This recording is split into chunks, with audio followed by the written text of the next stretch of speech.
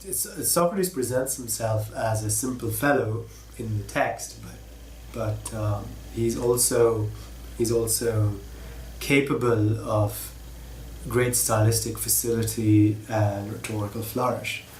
And in fact, the opening sentences of the Apology convey this to us very well, where there's the kind of distancing from the charges that are presented, that have been made against him, but at the same time, this distancing is couched in a very carefully worded set of Greek clauses, and it's worth studying those opening sentences of the Apology very carefully and looking at the way in which Socrates both tries to win the favor of the audience, tries to bring the audience over to his side, and at the same time says that he's not a very clever speaker.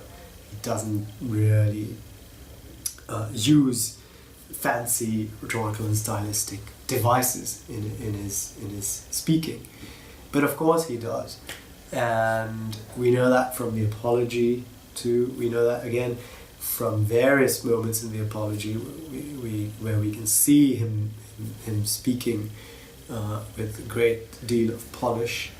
The last few paragraphs of the Apology again are extremely sophisticated and quite moving too in their way, when he talks about his acceptance of the punishment that has been handed down, and about what his last days are going to look like, and the death that awaits him. Derrida, the philosopher Jacques Derrida, once said that the hardest thing for a philosopher was death, to learn how to die. And I think he probably had the Apology in mind when he said that. Socrates' speech in the Apology is about trying to learn how to die. And in a way that was, I think, what he was exploring through the Apology. This most difficult of all human questions, the most difficult of all philosophical questions, perhaps, is something that is being worked out through the Apology. We might also think of this as Plato's response to Homer, in a way, to the Homeric questions of life and death. The mortality of the hero is such a strong theme in the Iliad, and here the hero is Socrates, and it's he who's trying to understand what it means to be immortal, and how he's going to come to a understanding, to a meaning of his own mortality in this terrible set of circumstances that he finds himself in.